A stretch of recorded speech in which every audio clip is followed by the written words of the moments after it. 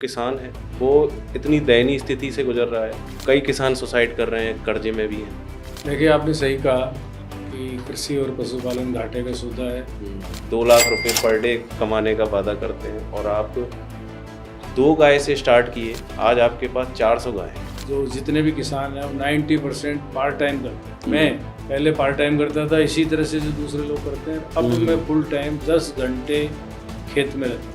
हिंदुस्तान में, पूरे देश में, हमारे भारत में पहला ये हमारा फार्म है जहाँ 350 बछिया सेक्स आउटेड सीमेंट से पैदा होती है। हमारे फार्म पे जैसे 100 जो प्रेग्नेंट हैं गाय, उनमें से 90% मतलब ये है कि आपकी बछिया पैदा होगी। तो उसके लिए क्या अलग से कोई खान पान? आज भी 70% सीमन लगवा रहे हैं, थोड़े अवेयर हैं। 30% को तो यही पता नहीं कौन सा सीमन लगाना है और कौन सा बुल अच्छा है, किससे करवाना है। आपकी गाय ना नमक चाट रही थी, तो उनका क्या कंसेप्ट है सर? दुधारू पशु को जो खिलाओगे उसमें असर आएगा। सही आप अपनी गाय तो शाम को नीम के पत्ते 2 किलो खिलाओ, सुबह दूध में गड़वाटा है। और जो किसान है वो भी बचपन से कर ही रहा है, पर लेकिन वो ट्रेडिशनल खेती कर रहा है, उसने ये चीज़ें दिमाग में बताएंगे, तो वो किसान कैसे अपनी आय को बढ़ा सकता है? मैं ये कहता हूँ, छोटा पेड़ है, 2 फीट का लगाया आपने, 1.5 फीट का, और 15 फीट का, 10 फीट का गैप है, तो उसके अंदर बीच में जगह खाली है, उसमें आप फसल भी ले लो, सब्जी भी ले लो। गोपाल रत्न अवार्ड मिला है आपको सर का, मुझे लगता है राजस्थान का पहला अवार्ड है शायद ये आपके लिए।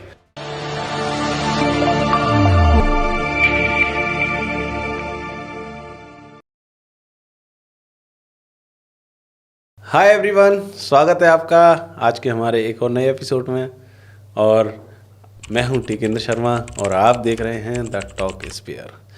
आज हमारे साथ हैं एक ऐसे प्रगतिशील किसान जिन्होंने न केवल राजस्थान का नाम रोशन किया है, पूरे देश विदेश में अपनी परचम फैलाया है। हाँ, मैं बात कर रहा हूँ सुरेंद्र अवाना जी का। सुरेंद्र अवाना जी एक छोटे से गांव के कृषक जिन्होंने 2 गाय से पशुपालन स्टार्ट किया। आज उनके पास 400 प्लस गाय हैं। वो IFS मतलब इंटीग्रेटेड फार्मिंग सिस्टम पद्धति से खेती और पशुपालन कर रहे हैं। आज उनकी इनकम, वो कहते हैं कि वो डेली 2 लाख रुपए से ज़्यादा की इनकम करते हैं और उन्हें इसीलिए भारत का कृषि सर्वश्रेष्ठ अवार्ड गोपाल रत्न से नवाजा गया है। राजस्थान के पहले एकमात्र किसान जिनको इस अवार्ड से नवाजा गया है। सुरेंद्र अवाना जी अब तक 1,65,000 पेड़ लगा चुके हैं। इनका मानना है कि ये डेली एक पेड़ लगाते हैं। तो आप सोचिए ये किसान कितना काम कर रहे हैं अपने इन्वायरमेंट के लिए। और जो किसान सोचते हैं कि हमें खेती में फ़ायदा नहीं हो रहा, खेती घाटे का सौदा है, आज इन्होंने वो काम करके दिखाया है। ये खेती से करोड़ों रुपए कमा रहे हैं और आज उसी खेती से ये ओडी मेंटेन करते हैं। तो आज इनसे बात करेंगे, जानेंगे इनके बारे में, इन्होंने कैसे स्टार्ट किया, क्या क्या इन्होंने किया, किस तरह से इन्होंने पूरी गिर गाय का जो पालन था वो कैसे किया है। इन्होंने ब्रीड इम्प्रूवमेंट का भी काम किया है, इन्होंने नस्ल सुधारक कार्य भी स्टार्ट किए हैं, जो सेक्स सॉर्टेड सीमन का यूज करके इन्होंने गाय की नस्ल को सुधारा है। तो मिलते हैं इनसे, करते हैं बात सुरेंद्र अवाना जी से। नमस्कार साहब। आराम साहब। सर बहुत बहुत स्वागत है आपका हमारे आज के शो में, और आपका हम तहे दिल से धन्यवाद भी करते हैं कि आपने हमारे लिए इतना समय निकाला, कीमती समय। आपको भी बहुत बहुत धन्यवाद, आपने मुझे यहाँ बुलाया। सर सबसे पहले आपको थोड़ा सा और लग रहा होगा कि आपके हमेशा वीडियो फील्ड में रहते हैं, तो आज एक छोटे से कमरे में एक पॉडकास्ट करने हम लोग आए। तो सबसे पहले सर मैं आपसे क्वेश्चन करना चाहूँगा। सबसे पहले मैं पूछना चाहूँगा कि आज जो किसान है वो इतनी दयनीय स्थिति से गुजर रहा है, कहते हैं जिस तरह से, और कई किसान सुसाइड कर रहे हैं, कर्जे में भी हैं। तो उन किसानों को ऐसा क्या नहीं कर पा रहे हैं जैसा आप लोग कर रहे हैं? जैसे मैं आपके प्रोफाइल देखा, आपके बारे में पढ़ा, आप 2 लाख रुपए पर डे कमाने का वादा करते हैं और आप 2 गाय से स्टार्ट किए, आज आपके पास 400 गाय हैं। कैसे हुआ सर ये सब कुछ, कैसे स्टार्ट किया आपने? तो हम आपसे ये स्टोरी जानना चाहते हैं हमारे व्यूअर्स के लिए। देखिए, आपने सही कहा कि कृषि और पशुपालन घाटे का सौदा है। सुसाइड तो राजस्थान के किसान नहीं करते हैं, कम करते हैं, क्योंकि कृषि के साथ पशुपालन भी है और वो एक तरह से इंटीग्रेटेड फार्मिंग हो गया, एक दूसरे का पूरक। कृषि और पशुपालन राजस्थान के लोग ज़्यादा करते हैं, तो इसलिए मान लो खेती में कहीं बारिश कम हुई, ज़्यादा हुई या किसी तरह का नुकसान हो गया तो भरपाई उसकी पशुपालन से हो जाती है। लेकिन ये सही बात है कि अभी आप देखिए कि सबका माइंड सेट है कि कृषि और पशुपालन घाटे का सौदा है और किसानों के जो बच्चे हैं वो खेती में नहीं आ रहे, उनका रुझान नहीं है। और जो एक दो गवर्नमेंट सर्वेंट या दूसरी कोई जॉब लग गई तो फिर वो बिल्कुल ही नहीं आते हैं। उनके पेरेंट्स हैं वो थोड़ा थोड़ा करते हैं, फिर वो किसी को लीज पे देते हैं या इस तरह की खेती करते हैं, या कई बार उनके खेत खाली भी रह जाते हैं। तो ये सत्य है। लेकिन मैं कहना चाहूँगा जब से भारत सरकार की योजनाएं पिछले कई वर्षों से अच्छी आई हैं, स्टेट गवर्नमेंट भी अब जैसे डबल इंजन हो गया तो उन योजनाओं का पूरा लाभ मिलेगा। तो अभी अगर किसान अगर जागरूक रहे और उनके बच्चे भी इन योजनाओं को देखें, समझें, और जैसा मैं हमेशा कहता हूँ कि इसको उद्योग का दर्जा दें, कृषि को और पशुपालन को, और थोड़ा सा जो उनके पूर्वज हमारे करते थे उनसे थोड़ा सा हटके और इंटीग्रेटेड खेती करें, IFS मॉडल को अपनाएं, प्राकृतिक खेती को अपनाएं और वैल्यू एडिशन करें, तो मैं समझता हूँ कि कोई घाटे का सौदा नहीं है। और आज युवाओं का रुझान बढ़ रहा है खेती की तरफ, और खेती की तरफ बढ़ रहा है। न केवल वो खुद अच्छी इनकम ले रहे हैं बल्कि 10-20 आदमियों को रोजगार भी दे रहे हैं। तो सर आपने किससे स्टार्ट किया? आपके माइंड में कब ये आइडिया आया कि मुझे गाय पालन मतलब पशुपालन में जाना है? तो वो आइडिया आपने कब से स्टार्ट किया? देखिए, मैं किसान परिवार में पैदा हुआ, झुंझुनू डिस्ट्रिक्ट में पैदा हुआ। अच्छा। और 4th तक वहाँ झुंझुनू पढ़ा। और उस समय हमारे दादाजी ऊँटों से खेती करते थे, वो सारे काम ऊँटों से होते थे क्योंकि रेगिस्तान था। और जहाँ रेगिस्तान के अलावा जैसे कोटा है, सवाईमाधोपुर है, ये जहाँ दूसरे डिस्ट्रिक्ट है या पहाड़ी एरिया है, वहाँ बैलों से खेती होती थी। मतलब 50 साल पहले आप चले जाएं तो ऊँटों और बैलों से खेती होती। तो हमारे दादाजी भी उनसे खेती करते थे। मेरा भी बचपन से ही घर में 2-3 ऊँट होते थे, तो उनको चराना, उनसे करना, पढ़ाई के साथ साथ खेती करने में ज़्यादा रुझान था।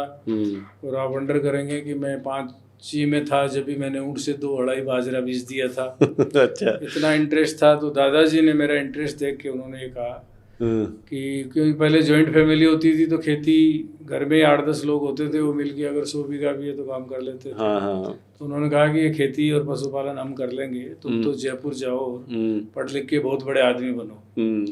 तो इस तरह से बचपन से ही रुझान था मेरा खेती में।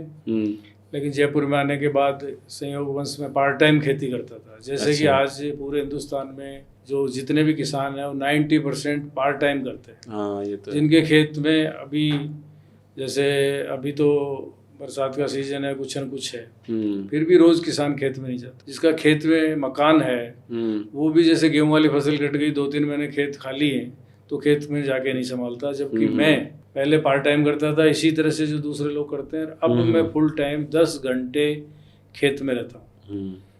खेत को तभी छोड़ता हूँ मैं तब कृषि विभाग, पशुपालन विभाग, यूनिवर्सिटी या आप जैसे कोई बुला लो, या भारत सरकार में CACP का भी मेंबर हूँ मैं और कमेटी में हूँ, तो वहाँ बुलाते रहते हैं तो जाता हूँ, तभी खेत छोड़ता हूँ। एवरेज में 10 घंटे खेत में रहता हूँ। तो पहले पार्ट टाइम करता था, फिर पढ़ते पढ़ते संयोग वंश मैंने स्कूल खोली। स्कूल के बाद बच्चे हो गए, बच्चों की शादी कर दी। शादी के बाद बच्चे और बहू को मैंने 2 कैंपस हैं स्कूल के, वो उनको संभला दिया। अच्छा। और तब तक पार्ट टाइम खेती कर रहा था, रोज एक पेड़ लगा रहा था। उसके बाद 12 दिसंबर 16 को मेरे बेटे की शादी के बाद रिसेप्शन करने के बाद मैंने सोचा कि लाइव स्टॉक तभी लाऊंगा जब मैं फुल टाइम दूंगा, क्योंकि वो पार्ट टाइम नहीं चल सकता। सही बात है। तो ये सोच के और मैंने 2 गाय से शुरू किया। और उसके बाद क्योंकि पढ़ा लिखा आदमी और जब फुल टाइम देगा तो वहाँ बैठा बैठा तो रहूँगा नहीं। तो IFS मॉडल में फिर आप देखिए आज पिगरी के अलावा सारे एनिमल हैं। कृषि में भी हॉर्टिकल्चर में सब्जी और फ्रूट के बगीचे हैं, सब्जी होती है, औषधीय पौधे भी हैं और सीजनल क्रॉप भी होती है। और पशुपालन में सब है, गाय है, भैंस नहीं है, भेड़ है, बकरी है, ऊँट है, 20 मछली पालन है, बतख पालन, मधुमक्खी पालन, हर तरह का पशुपालन है। इंटीग्रेटेड एक दूसरे इंटीग्रेटेड फार्मिंग का। तो इस तरह से फुल टाइम मेरा मन था कि मैं खेती करूँगा। तो इस तरह से किसान परिवार में जन्म लेने के बाद मैं इसके अंदर आप आ गए। तो सर आपके पास गिर गाय हैं, तो सर गिर गाय ही क्यों चुनी आपने? गाय तो अभी बहुत सारी, हमारे राजस्थान की भी बहुत सारी वैरायटी हैं, ये गुजरात से आती है गिर, तो आपने गिर गाय को ही क्यों चुना? क्या इसमें कोई खास बात है? देखिए, एक तो गुजरातियों ने गिर गाय की इतनी मार्केटिंग कर दी कि आज पूरे हिंदुस्तान में जाओ आप, यहाँ तक कि ब्राज़ील तक पहुँच गई गिर। हाँ बिल्कुल। तो सबकी ज़बान पे यही है कि गिर का दूध, गिर की छाछ, गिर का दही, पनीर, घी सब गिर का होना चाहिए। और वहाँ के साइंटिस्टों ने रिसर्च भी किया, इसके दूध में कुछ स्वर्ण तत्व हैं। तो एक तो गिर का नाम था, इसलिए मैंने गिर को चुना। नंबर 2, जैसे हमारे प्रधानमंत्री भी अक्सर कहते हैं सीजनल और रीजनल, या जो लोकल फॉर वोकल, तो मैं अगर थारपारकर चुनता राजस्थान की है, या साहिवाल या राठी, तो वो मुझे साहिवाल और राठी बीकानेर, गंगानगर या पंजाब उधर से लानी पड़ती। तो 2 गाय लाने का ट्रांसपोर्टेशन 50,000 रुपये, और थारपारकर लाता तो मुझे मारवाड़ से लानी पड़ती, जोधपुर पार से, वहाँ से भी गाड़ी का किराया 40-50 हज़ार रुपये लगता। हमारे ये 5 ज़िले हैं, चित्तौड़, भीलवाड़ा, अजमेर, थोड़ा सा टोंक और थोड़ा जयपुर की दूदू मौजमाबाद तहसील और टोंक की मालपुरा तहसील। इधर गिर गाय, जिसको रेंडी बोलते हैं, थोड़ा सा बिगड़ी हुई नस्ल, तो ये बहुत तादाद में मिलती है। अब मैं दूदू तहसील और किशनगढ़ से ज़्यादातर गाय लाया, या कुछ मालपुरा से, तो 1,000-1,200 रुपये किराया लगा 2 गाय का। और मैं गुजरात से भी 2 लाया, वहाँ से 75,000 रुपये किराया लगा 4 गाय का। तो इसलिए एक तो इसका नाम काफ़ी है, नंबर 2 हमारे यहाँ लोकल खूब है, ईजी मिल गई, और नंबर 3 अब मैं महसूस कर रहा हूँ कि ये सबसे शांत स्वभाव की है, और ब्रीडिंग के पॉइंट ऑफ व्यू से बहुत अच्छी है। इसका सीमन भी इजी मिल जाता है, बुल भी मिल जाता है, और हमारे क्लाइमेट के हिसाब से भी अच्छी है। तो ये 3-4 कारण हैं कि मैंने इसको गिर को चुना। सर जैसे अभी गाय का हम एक चीज़ देख रहे हैं, मैं भी गांव से बिलोंग करता हूं, मैं भी किसान का बेटा हूं, तो हमारे यहाँ पहले गाय थी, तो उनके साथ क्या प्रॉब्लम थी कि वो प्रेग्नेंट नहीं हो पाती थी। एक बार जैसे हुई, फिर कुछ दिन बाद वो नहीं हो, फिर रिपीटेशन हो रहा है, नहीं हो पा रही है वो प्रेग्नेंट। तो सर उसका क्या कारण है? और मैंने आपकी रिसर्च में देखा भी कि आपने उस पर भी बहुत काम किया है, सॉर्टेड सीमन पे, और इसी वजह से क्या हुआ है ना कि हम तरह तरह का सीमन यूज करते हैं, तो जिससे हमारी जो मेन गाय है उसकी ब्रीड भी बिगड़ चुकी है। तो उसमें आपने सर क्या काम किए हैं? देखिए, आज़ाद हुए इतने साल हो गए, और सरकार, भारत सरकार हो या राजस्थान सरकार के, इतनी गिर की ब्रीडिंग सेंटर हैं, स्टेट गवर्नमेंट के हैं, सेंट्रल के हैं, यूनिवर्सिटी के हैं, और किसानों के पास भी गाय, लेकिन आज तक किसानों को उपलब्ध नहीं कराए 20-22 लीटर से ऊपर वाला कोई बछड़ा या बछड़ियाँ इंस्टीट्यूट नहीं हो पाया। और किसान तो गरीब है, वो तो कहाँ से ब्रीडिंग कर पाएगा, नस्ल कहाँ सुधार पाएगा, सही बात, नहीं पाता है। तो मैंने यही सोच के कि देसी गाय के बिना जैविक खेती भी नहीं हो सकती, और इसके जो उत्पाद हैं ये, जैसे हम वापस हमारा पुरानी चीज़ों पे, जो कोरोना के बाद युवाओं का रुझान आया है, जैसे जैविक प्राकृतिक खेती पे है, देसी गाय पे आया है, पुराने कच्चे मकान है, योगा, आयुर्वेद, मिट्टी के बर्तन, लोहे के बर्तन, ये सब उन्होंने देख लिया कि ये पिज़्ज़ा बर्गर खा के और हमारी हेल्थ ही ख़राब की है। तो हमारी जो 50-100 साल पहले जो हमारी रहन सहन था, हमारा तरीका था, ये हमारी लाइफ स्टाइल के कारण बिगड़ गए, और आज देख रहे हो आप घर घर में बीमारियां हो रही हैं, छोटे बच्चों के हार्ट अटैक हो रहे हैं, डायबिटीज, हार्ट अटैक, और ये हो रहे हैं।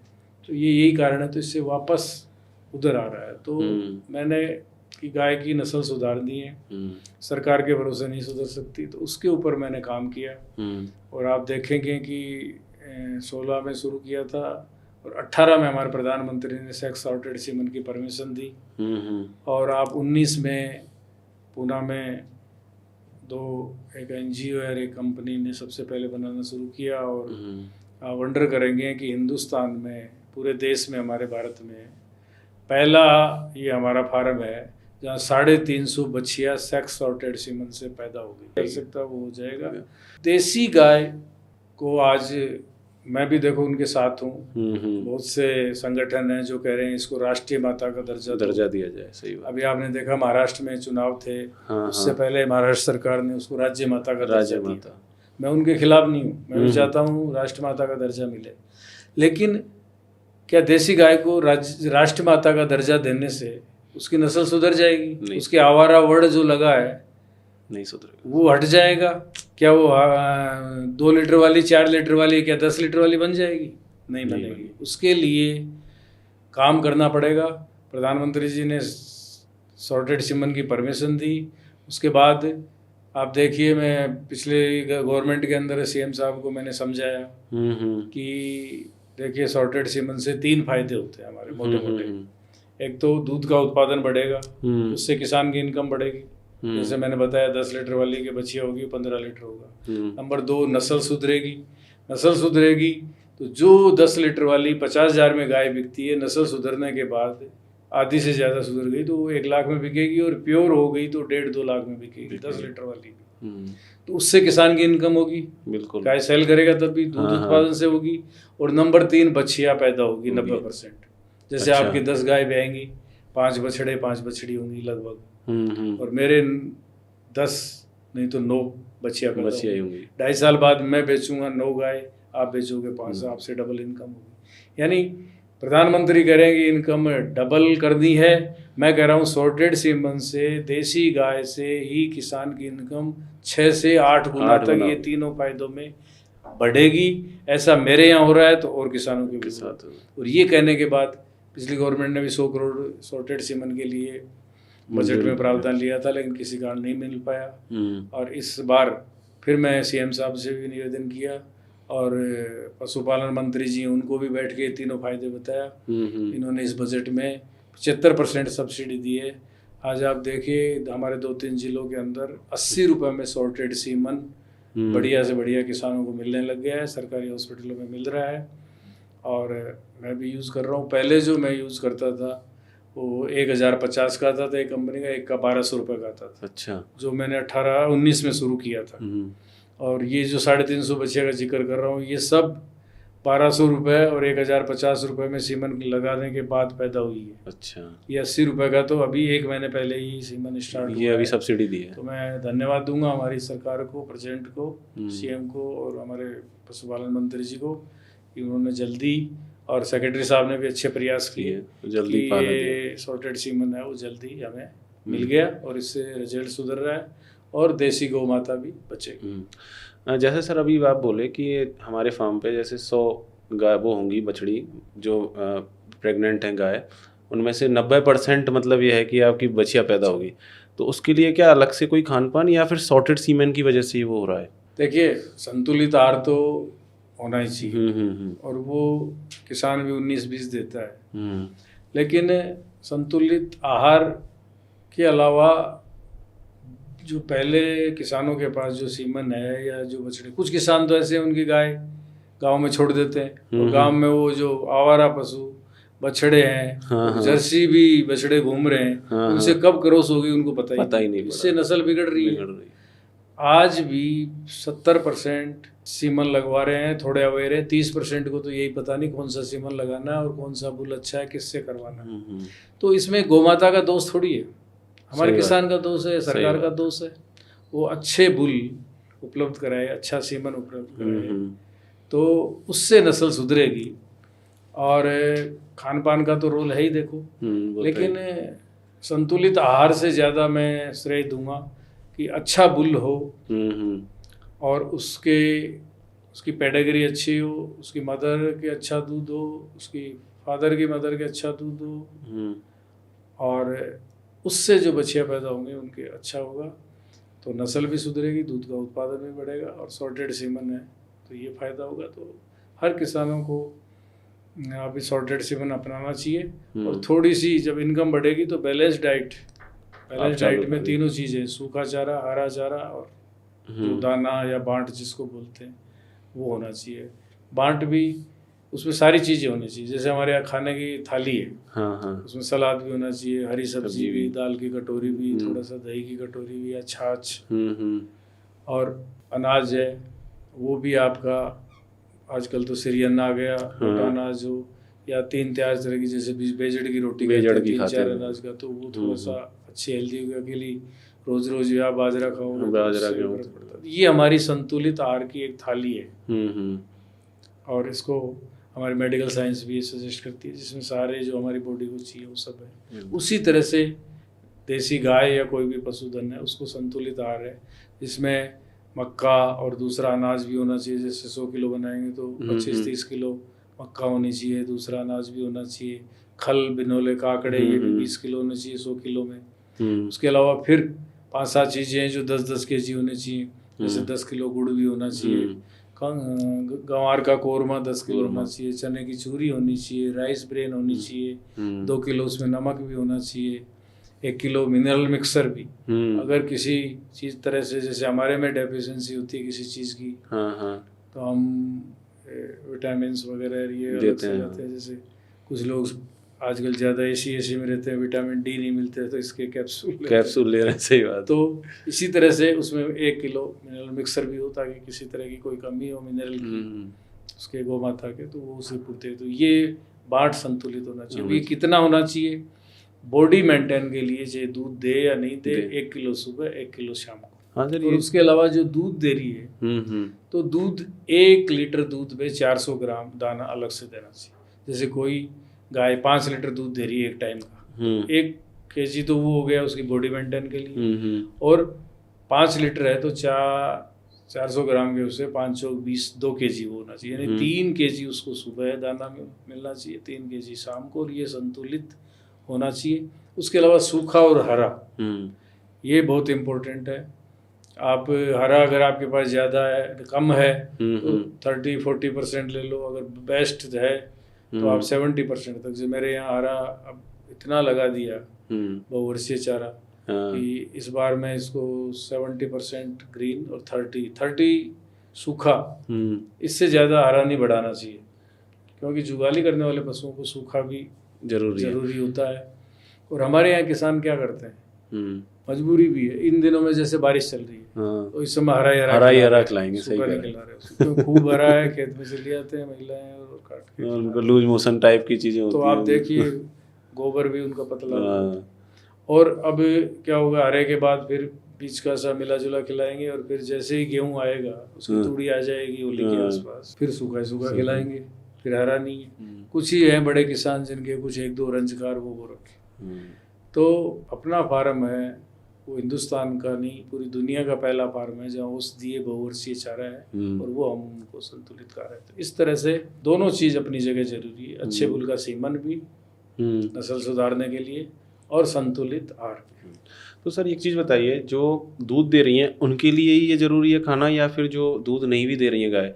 कई बार ऐसा होता है ना, किसान क्या करे, जो दूध दे रही है ना उसको ही अच्छा खिलाता है, और बेचारी जो नहीं दे रही है, वो प्रेग्नेंट है, उनको वो संतुलित आहार नहीं दे पा रहा है, तो वो क्या है कि दोनों के लिए देना या कैसे है? इसीलिए तो हमारी जो गौ माता है, हाँ, ये बिगड़ गई। अच्छा। और इसके ये कुपोषण के कारण किसान नहीं देता है। जब दूध देती है, दूध बेच के बांट लाता है, नहीं देती तो उसको बांट भी नहीं देता, हरा चारा भी नहीं, पहले उसको देंगे, और सूखा चारा भी उसको खुली छोड़ देते हैं, जो खाए वो ठीक है, या थोड़ा बहुत है तो डाल दिए। अब आप ये देखिए कि गाय प्रेग्नेंट है और 60 दिन उसको छोड़ते हैं, ड्राई करते हैं, उसका दूध दे रही है। पहली बात तो किसानों के तो देती नहीं है, कोई 1%, 5%, 2% देती है, उसको 60 दिन ड्राई करते हैं। उस समय किसान उसको वो बांट नहीं देते, बस सूखा चारा ही खिला दे रहे हैं। तो जो पेट में बच्चियां पल रही है मान लो, तो उसको डाइट कहाँ से, खुराक कहाँ से मिलेगी? सही, मदर से मिलेगी। मदर सूखा तूड़ा खा रही है तो उसको क्या मिलेगा? सूखे तूड़े में तो क्या होता है, कुछ नहीं होता। सही बात। तो उस बच्चिया को जब वो पेट में 7वें, 8वें, 9वें महीने में थी, जब उसकी अच्छी डाइट नहीं मिली, फिर जब बच्चिया ने जन्म ले लिया, तो जब तक ओनली दूध पीती है तब तक तो उसको दूध थोड़ा थोड़ा पिलाते रहते हैं, एक थन का, फिर आधा कर देंगे, फिर वो 20-25 दिन बाद थोड़ा बहुत तूड़ा सूखा कुछ खाने लग जाएगी, तो उसका वो दूध भी पावछने के बाद उसको हटा देंगे, और वो भी उसका बंद कर देंगे। तो अब फिर वो बनेगी गाय बच्चे। सही बात। तो उसको पेट में भी कुछ नहीं मिला और जन्म लेने के बाद दूध भी नहीं मिला, पाउसने के बाद हटा दिया और वो उसको दाना भी नहीं मिला। तो वो कुपोषण की शिकार हो गई बच्चियां। अब वो गाय बनेगी तो हीट में टाइम पे नहीं आएगी। सही बात। हमारे यहाँ 18 से 20 महीने में 300 किलो बॉडी वेट हो जाता है और वो हीट में आ जाती है। और किसान के 3 से 4 साल लगती है। क्यों? उसका बॉडी वेट ही नहीं होता। कारण है। सही बात। तो हीट टाइम पर हीट में नहीं आएगी और हीट में आ गई तो रिपीट होगी, क्योंकि ये सारी कुपोषण की शिकार है। ये सारा संतुलित आहार, मिनरल मिक्सर कुछ नहीं मिला उसको, तो रिपीट होगी। फिर गाय बन गई, शरीर बाहर आ रहा है, प्रोलैप्स हो गए। उसके अलावा फिर वो 4 महीने दूध देगी, 4 लीटर दूध देगी, फिर लात मारेगी। तो ये सब क्या है? ये कुपोषण की निशानी। आपको मैं छोटा सा उदाहरण दूं, हरियाणा छोटा सा स्टेट है और उसके बच्चे एशियाड ओलंपिक में हमारे राजस्थान से ज़्यादा मेडल लाते हैं। बिल्कुल। क्यों लाते हैं? क्योंकि उनके पेरेंट्स जब वो छोटा रहता है 8-10 साल का, उसको गुरुजी के पास होते थे और गुरुजी उसकी डाइट बताता है कि ये 5 अंडे दो, इसको 5 एप्पल दो, 2 लीटर दूध दो, उसको अच्छा हरी सब्जी और सलाद भी दो, उसको अंकुरित अनाज भी दो, उसको घी भी 25-50 ग्राम डेली एज बढ़ती है तो उसके बाद 50 ग्राम डेली। तो वो अच्छा खिलाड़ी बनेगा। मेरा बेटा खाता है मिर्ची रोटी। अब उन दोनों को दौड़ाएंगे, हरियाणा वाले को और मिर्ची रोटी वाले को, कौन जीतेगा? सही बात, हरियाणा वाला ही जीतेगा साहब। तो फिर उस गौ माता का कहाँ दोष है बताओ? उसका दोष नहीं है, उसको पेट में कुछ नहीं मिला, बाहर आई जब कुछ नहीं मिला, फिर उम्मीद करते हैं 10 लीटर दूध क्यों नहीं दे रही, ये हिट में क्यों नहीं आ रही, ये रिपीट क्यों हो रही है। सही बात। ये सब किसान का दोष है, किसान गरीब है, इसलिए ये नस्ल बिगड़ी है। तो थोड़ा सा उद्योग का दर्जा दे के अगर करें तो मैं समझता हूँ कि अच्छा टाइम है, सीमन अच्छा आ गया है, बस थोड़ा सा डाइट और अवेयर रहें तो कर सकते। तो सर ये अच्छा सीमन कैसे ले सकते हैं किसान? मतलब अपने कोई यहाँ पर इनके सेंटर्स हैं या फिर कैसे मंगा सकता है किसान दूर दराज में? देखिए, अभी जो भारत सरकार के NDDB से राजस्थान सरकार ने जो सब्सिडी दे रही है 75%, ये 80 रुपये में गिर का ये 5 जिलों के अंदर सरकारी हॉस्पिटलों के अंदर मिल रहा है। अच्छा। किसान थोड़ा सा एक्टिव रहें, हॉस्पिटल में जाएं, उनको बताएं भाई सीमन आया हुआ है क्या, नहीं है तो मंगवाएं, हमारी गाय बच्चियाँ हिट में आने वाली है, और वो वहाँ पर लगवाएं। अच्छा। और दूसरा, कोई थोड़ा बड़ा किसान है तो प्राइवेट कंपनियों के भी आ रहे हैं, वो थोड़ा महंगा पड़ता है।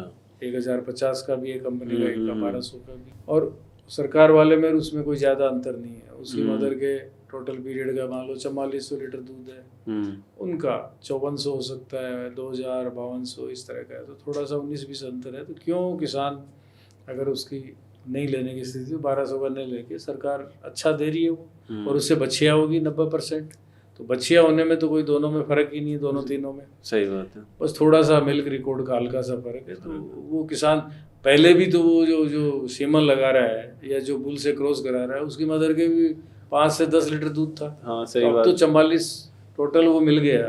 पहले अब 4-5 लीटर से डोलते हो तो पूरे लैक्टेशन का ही 1200-1300 लीटर भी दूध नहीं होता। अब 4400 का मिल रहा है, तो वो लगाना चाहिए। तो मेरी राय ये किसान से है कि हर सरकारी हॉस्पिटल में डॉक्टरों से संपर्क करके वहाँ मिले, और कहीं कोई नहीं मिल रही हो, मैं किसानों की मदद करने को तैयार हूँ। कोई इमरजेंसी है, मेरे आसपास के हैं, तो मैं उपलब्ध करवा सकता हूँ।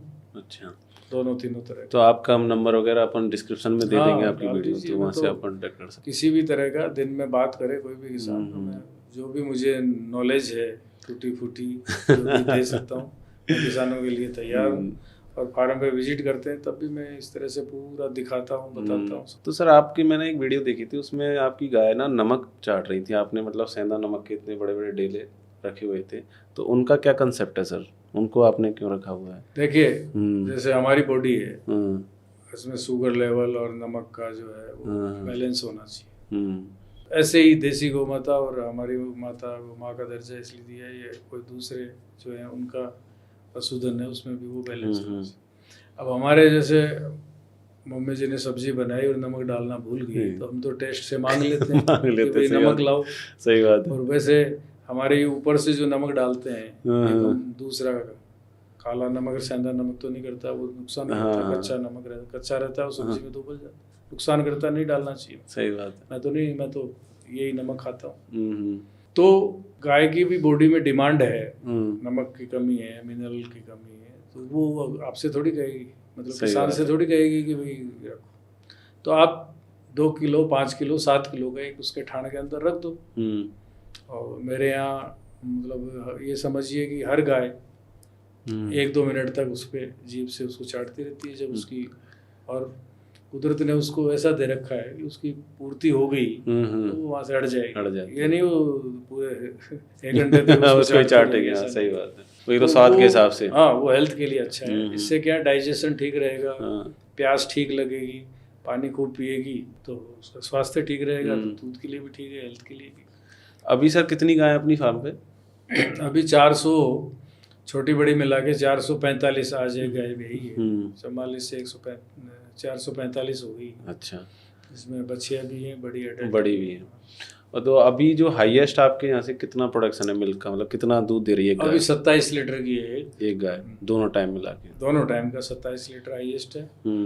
और उसके जो 10% बछड़े होते हैं उसमें सहयोग से उसके बछड़ा हुआ है। अच्छा। और वो बहुत टॉप का है, 2-3 जने मांग भी रहे हैं उसको। तो वो 5 लाख प्लस जाएगा। अच्छा।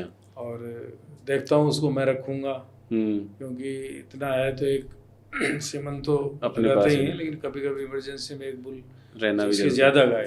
अब किसान के 2, 4, 5, 10 है तो फालतू का खर्चा नहीं पालना चाहिए उसको भी डाइट चाहिए। मेरे यहाँ तो एक टीचर भी है जिसकी नसबंदी करती है, तो बच्चियों में रहता है, साइलेंट हीट को बता देता है। सही बात है। एक ये बड़ा भी रखूँगा, लेकिन कई मिलने वालों ने आज भी डिमांड थी कि भाई एक इस तरह का चाहिए, डॉक्टर साहब ने कहा कि किसी को देना है, तो देखेंगे।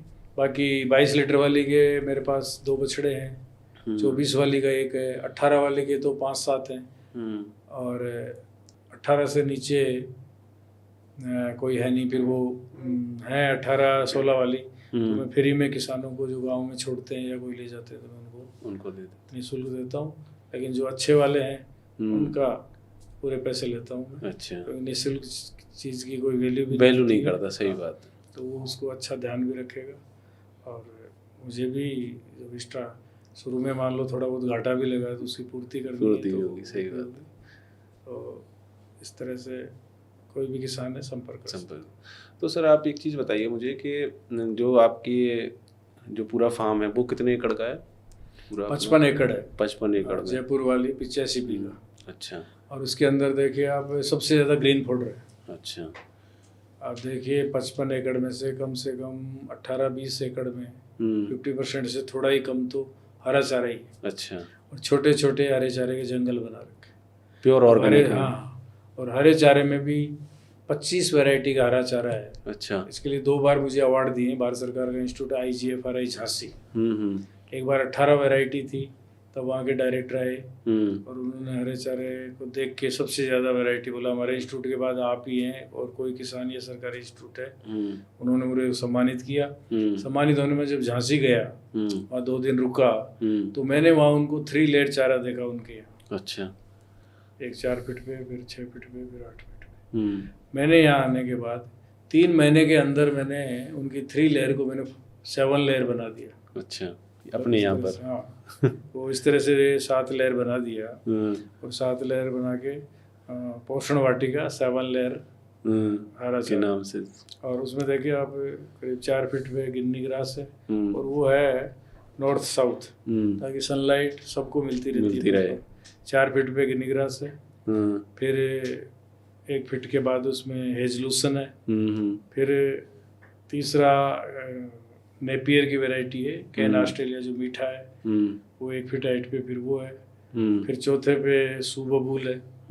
ये तीनों करीब 6 फीट 5.5-6 फीट की हाइट पे है, और इनके वो लगा रखी है ड्रिप से सिंचाई होती है। अच्छा। तो कटिंग इस तरह से होती है, और ड्रिप से पानी, क्योंकि इनकी रूट है वो कम होती है, पानी देना पड़ता है। उसके अलावा फिर 5वां नंबर है सेंजना, मोरिंगा ड्रामेस्टिक जिसको बोलते हैं, वो है। फिर 6ठा सैतूत है, और 7वां अर्डू है जिसकी 8 से 9 फीट हाइट है।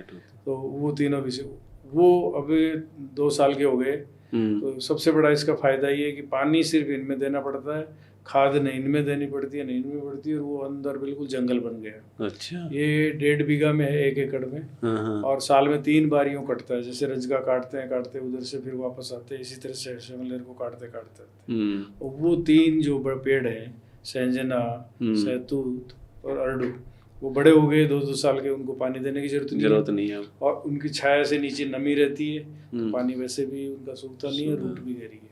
तो इसके लिए भी मुझे अवार्ड मिला है। तो टोटल मैं ये कहता हूँ किसान भाइयों को, ये बहुवर्षीय चारा जो है, जिसकी उम्र होती है बहुवर्षीय की 5 साल से लेके और 150 साल तक।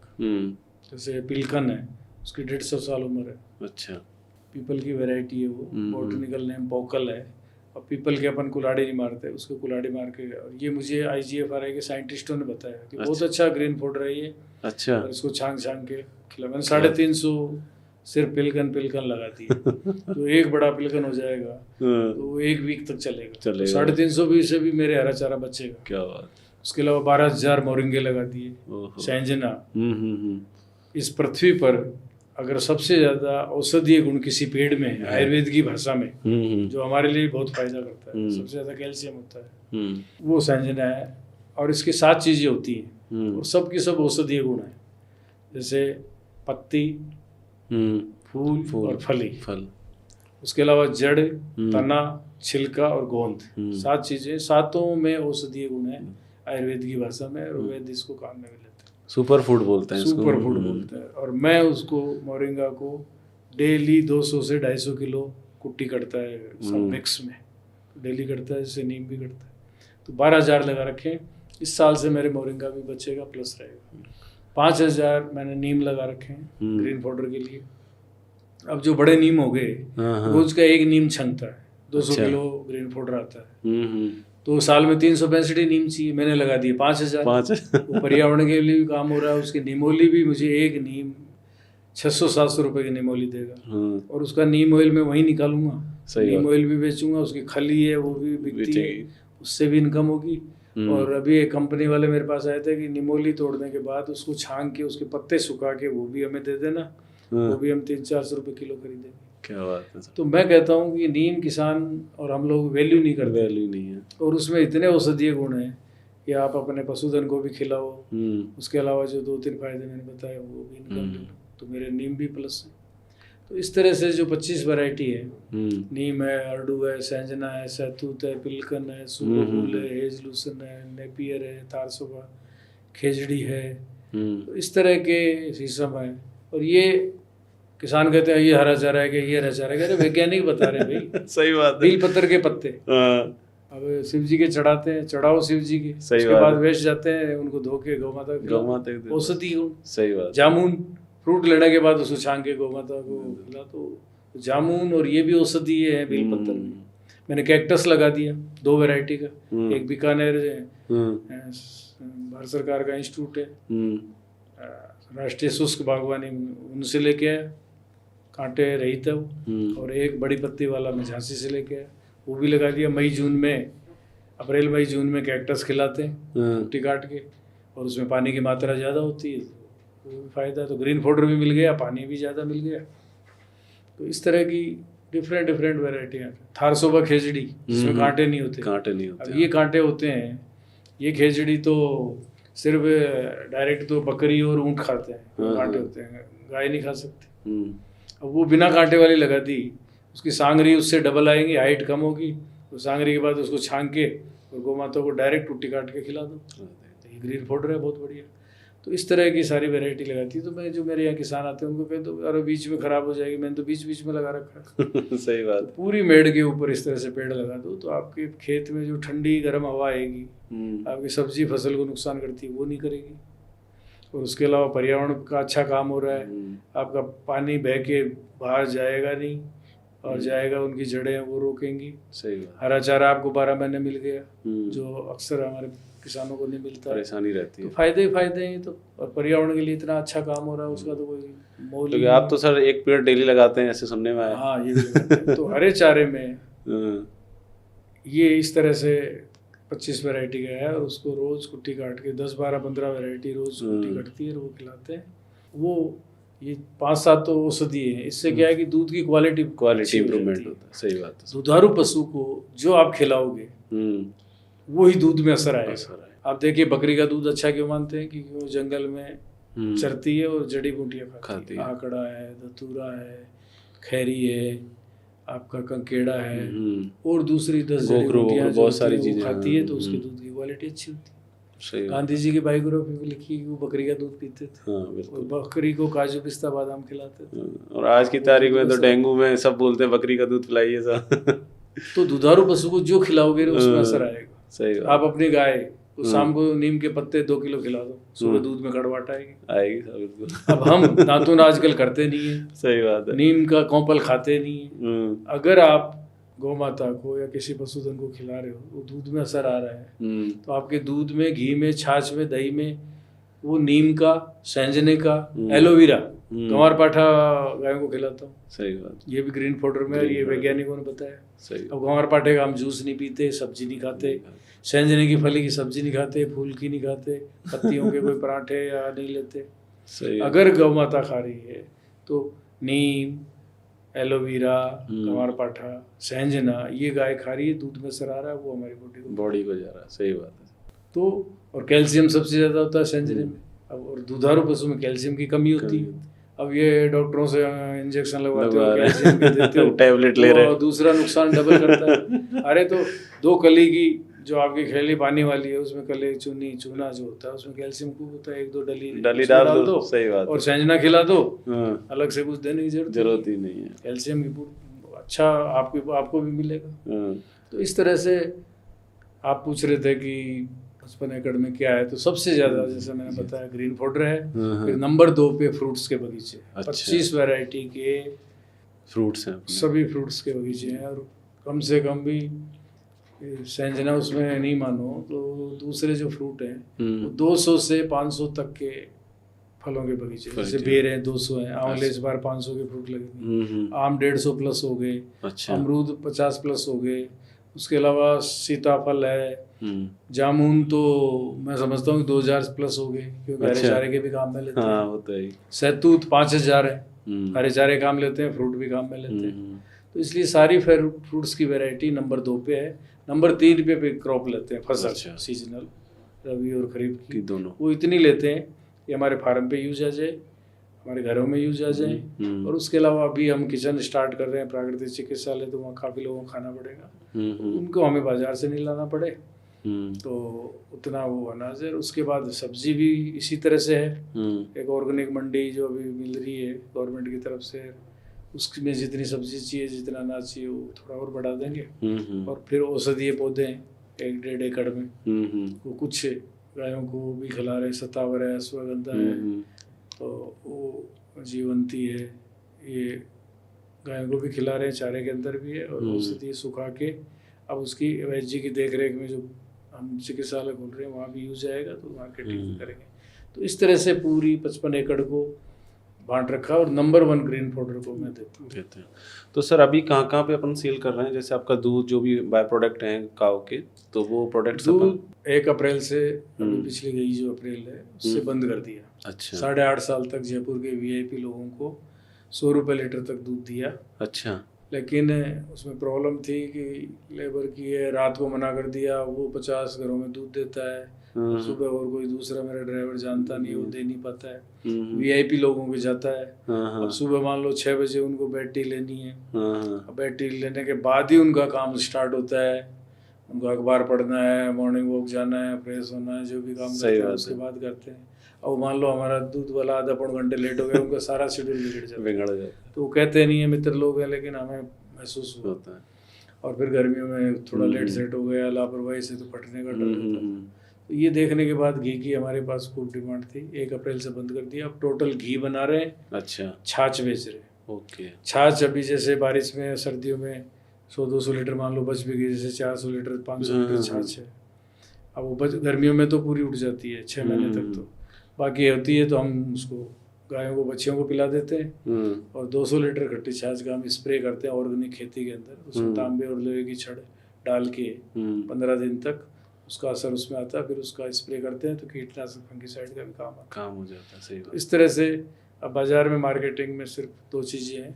अब आने वाले टाइम घी में और पनीर छाछ बढ़ा देंगे। अच्छा। अभी तो कभी कभी वीकली बनाते थे, पनीर को भी डालते हैं। तो कोई दिक्कत नहीं है। मार्केट घी की तो इतनी डिमांड है कि आज बन रहा है डेली 12 लीटर घी डेली का। अच्छा। और डिमांड है 25 लीटर की।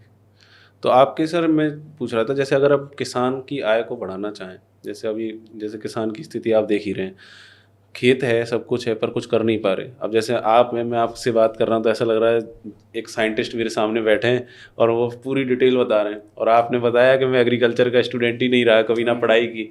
तो ये एक्सपीरियंस से चीज़ें आई सब, और आपने खुद किया हर चीज़, बचपन से आपको शौक था, आपने किया। और जो किसान है वो भी बचपन से कर ही रहा है, पर लेकिन वो ट्रेडिशनल खेती कर रहा है, उसने ये चीज़ें दिमाग नहीं लगाएगा। तो वो किसान कैसे अपनी आय को बढ़ा सकता है, उसका कुछ सजेशन दीजिए सर हमारे पॉडकास्ट में। देखिए, इस समय बहुत अच्छा है, गवर्नमेंट भी सपोर्ट कर रही है कि किसी के पास छोटा किसान है, 5 बीघा जमीन भी है, तो उसको एक मॉडल फार्म बनाए, IFS, integrated farming system. Hindi में आप एकीकृत खेती, समेकित खेती, सम्मिलित खेती, इस तरह की हो। तो उसमें क्या है, 3-4 फायदे हैं। तो पहला तो मैंने जैसा बताया, उद्योग का दर्जा दे। सही बात। और क्या होता है कि पेरेंट्स जैसे वो कहे कि मैं 2 बीघा फलों का बगीचा लगाना चाहता हूँ, पेरेंट्स कहेंगे इसमें फल कब आएंगे, बोले 3 साल बाद। 3 साल क्या खाएंगे? सही बात है। तो पेरेंट्स करने नहीं देते। नहीं करने। मैं ये कहता हूँ कि छोटा पेड़ है, 2 फीट का लगाया आपने, 1.5 फीट का लगाया, और 15 फीट का, 10 फीट का गैप है, तो उसके अंदर बीच में जगह खाली है, उसमें आप फसल भी ले लो, सब्जी भी ले लो, क्या दिक्कत है? लेकिन पुराने ट्रेडिशनल तरीके से तो मानने को तैयार नहीं। तो अब युवा जो करना चाह रहे हैं, तो मैं कह रहा हूँ IFS मॉडल की करो, उसमें छोटा सा उसका नक्शा बना लो। किसान 2 चीज़ों की बड़ा कमी है उसमें, एक तो हिसाब किताब में वो बिल्कुल ही कंजूस कह दो, गरीब कह दो, रखता नहीं है, लापरवाह कह दो, अनपढ़ कह दो, हिसाब किताब नहीं रखता। सही बात। बस वो सारा मौखिक चलता है। एक तो हिसाब किताब रखना शुरू करे, और एक शुरू कर रहा है कोई नया युवा, तो उसका नक्शा बनाए। अच्छा, कैसे मकान का नक्शा बनाते हैं अपने, 5 बीघा है, 10 बीघा है, 20 बीघा, उसका नक्शा बनाए। जैसे मैंने अभी समझाया 55 एकड़ में मैं क्या क्या करते हैं, उस तरह से वो करे। तो मान लो 5 बीघा है, 1 बीघा के अंदर वो अपना फ्रूट के 2-2, 4-4 के फलों के बगीचा लगा ले। 1 बीघा गायों का शेड है, या दूसरा बकरी भी रखना चाह रहा है, भैंस भी, या कोई पशुधन रखना चाह रहा है, उसके लिए छोड़ दे। आधे में शेड बना ले, आधे बीघा में उसके हरे चारे का कुछ न कुछ सीजनल लगा दे, और मेड़ पे पेड़ लगा दे। उसके अलावा बाकी बची उसके पास 2-3 बीघा, 3 बीघा के अंदर वो अपना फसल भी ले ले, सब्जी भी ले ले, सीजनल जो भी है वो कर ले। थोड़े से कोने के अंदर उसको पशुधन, गाय, भैंस, भेड़, बकरी के अलावा थोड़ा सा मुर्गी भी रख सकता है वो। मधुमक्खी पालन में कोई ज़्यादा जगह नहीं चाहिए, कर सकता है। और एक छोटा सा net house, tent house, poly house type लगा ले, उसमें फूलों की खेती या सीजनल जो भी शिमला मिर्च है या खीरे जो भी वो करना चाहे, उसका पानी के लिए सरकार सब्सिडी देती है। 20 बाई 20 मीटर का एक छोटा पॉन्ड भी बना ले, ताकि अगर किसी के पानी की कमी है, नहीं है पानी, उससे वर्षा जल अमृत है, उससे सिंचाई कर ले। तो इस तरह का एक मॉडल फार्म वो बनाएगा। और पशुधन में मैंने नाम बताए। अब कोई ये हिसाब नहीं, मैं मछली पालना नहीं चाहता, बकरी नहीं पालूंगा, भेड़ नहीं रखूंगा, तो फिर दूसरा जो उसको सूट करता है वो कर ले। सही बात। तो इस IFS मॉडल से क्या होगा, एक तो वेस्ट कुछ भी नहीं होगा, फेंकने को, जलाने को कुछ भी नहीं होगा, डिपेंडेंसी खत्म हो जाएगी कि भाई आप एक ही चीज पर डिपेंड। और नंबर 2, उसके डेली कुछ न कुछ इनकम होगी। चाहे जैसे मुर्गी पालन करता है, 4 अंडे बेच दी, थोड़ी सी सब्जी करता है, फ्रूट के मान लो 2 आम हैं, घर पे इतने काम नहीं आएंगे, वो उनको ऑर्गेनिक रखे, केमिकल के बिना पका के दे। मैं कह रहा हूँ जो आम 100 रुपये किलो, 80 रुपये किलो मिल रहे हैं, वो बिना केमिकल पकाएगा 200-300 रुपये किलो आराम से। सही बात। ज़्यादा भी नहीं, उसके पास 5 या 7 कस्टमर इस तरह का रखे जो खेत जानते हो, जो उसके मिलने वाला हो, उन्हीं को दे। सही बात। जामुन का सीजन आया, साहब 1 किलो उनको, 1 किलो इनको। मैं आज जयपुर में दूध जाता था, उसके बाद भी अभी 1500 परिवारों का फैमिली फार्म। सही बात। मेरे यहाँ लिखा नहीं है कि ऑर्गेनिक है, गिर गाय का है। सही बात। लेकिन वहाँ विजिट कराया, मैंने दिखाया तो उनको विश्वास हुआ, वो फोन पे कह देते हैं साहब घी भेज देना, छाछ भेज देना, सब्जी भेज देना, अनाज दिला दो। तो ऐसे किसान की प्रॉब्लम क्या है कि जयपुर में वीआईपी जैसे लोग रहते हैं, किसी भी शहर में रहते हैं, वो ढूंढ रहे हैं ऐसे किसानों को जिनके देसी गाय हैं, जिनके ऑर्गेनिक सब्जी है, अनाज है, वो उनको ढूंढ रहे हैं, तालमेल नहीं है। और किसान जो पैदा कर रहा है वो ढूंढ रहा है कि ये सब चीजें मैं पैदा तो कर लूंगा, लेकिन ले जाना पड़ेगा मुझे उसी मंडी में जहाँ मिलेगा नहीं है। तो सीजन आता है, टमाटर 2 रुपए किलो, प्याज 2 रुपए किलो। अभी देखिए आंवले देख लो, या अभी नींबू है, नींबू का आज, अभी नींबू का आज की तारीख में मुआना मंडी में 8 रुपए किलो भाव। बिल्कुल सही कह रहे हैं। और यही 2 महीने पहले चले जाओ आप 200 रुपए किलो। तो ऐसे टाइम पे जो वो फैमिली फार्मर बने हुए हैं उनको आप दो, जो घूम फिर के आता है। मान लो अब आपके टमाटर मंडी में आज 20 रुपए का भाव है, और मंडी शुल्क और ट्रांसपोर्टेशन लग के और दुकान पे आए, दुकान वाला भी अपना मार्जिन लेगा 5-7 रुपए किलो। किसान ने बेचे 20 रुपए किलो मंडी में, वो घूम फिर के आपके पास आए 40 रुपए, आपने दुकान से खरीदे 40 में। तो वो जो छोटा किसान है वो ऐसे फैमिली फार्मर बन के उनको चिन्हित करते, वो डायरेक्ट टमाटर उनको दे 40 रुपए किलो। 40 में तो एक तो उसके साथ दूध भी चला जाएगा, कोई और दूसरी चीज, कोई फ्रूट है सीजनल तो वो भी चला जाएगा। तो एक तो ट्रांसपोर्टेशन आपका बचेगा।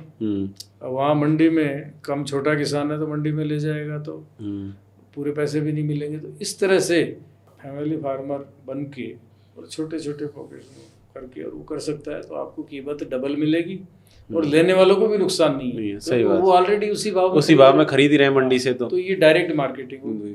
और ये मैं कह रहा हूँ कि छोटा किसान है, थोड़ा सा बड़ा अगर 10-20 बीघा वाला, तो जो भी उत्पाद पैदा करता है, जैसे आज मैं डायरेक्ट दूध डेयरी में नहीं देता, मेरा कोई फल है, सब्जी है, मुआना मंडी नहीं देता, अनाज भगरू मंडी नहीं देता।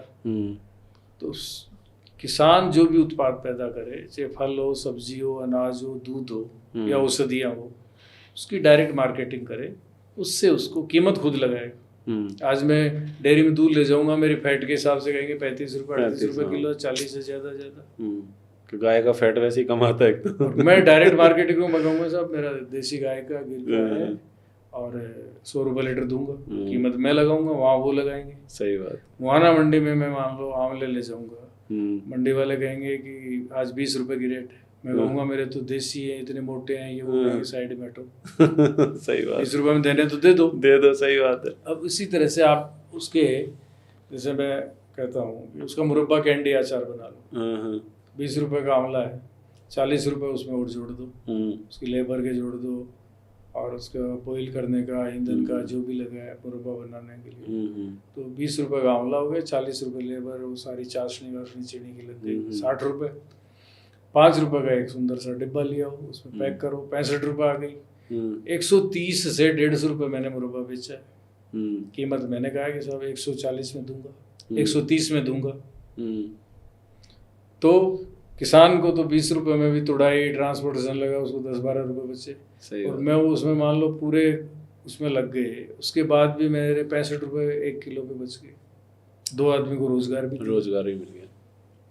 कोरोना के बाद पहले भी आयुर्वेद ये कहता था कि रोज एक आंवला खाओ, निरोगी रहो। सही बात। और डिमांड है लेकिन लोगों को पता नहीं है ना। तो इस तरह से किसान वैल्यू एडिशन जो भी पैदा करे। अब टमाटर 2 रुपए किलो मंडी में बेचते हैं, जब 2 रुपए की रेट हो तो उसकी सॉस बना लो खेत में, छोटी छोटी फैक्ट्री लगा लो, खेत का पैसा खेत में रहे, 2 आदमियों को रोजगार दो और इनकम डबल क्या 4-8 गुना तक हो। सही बात।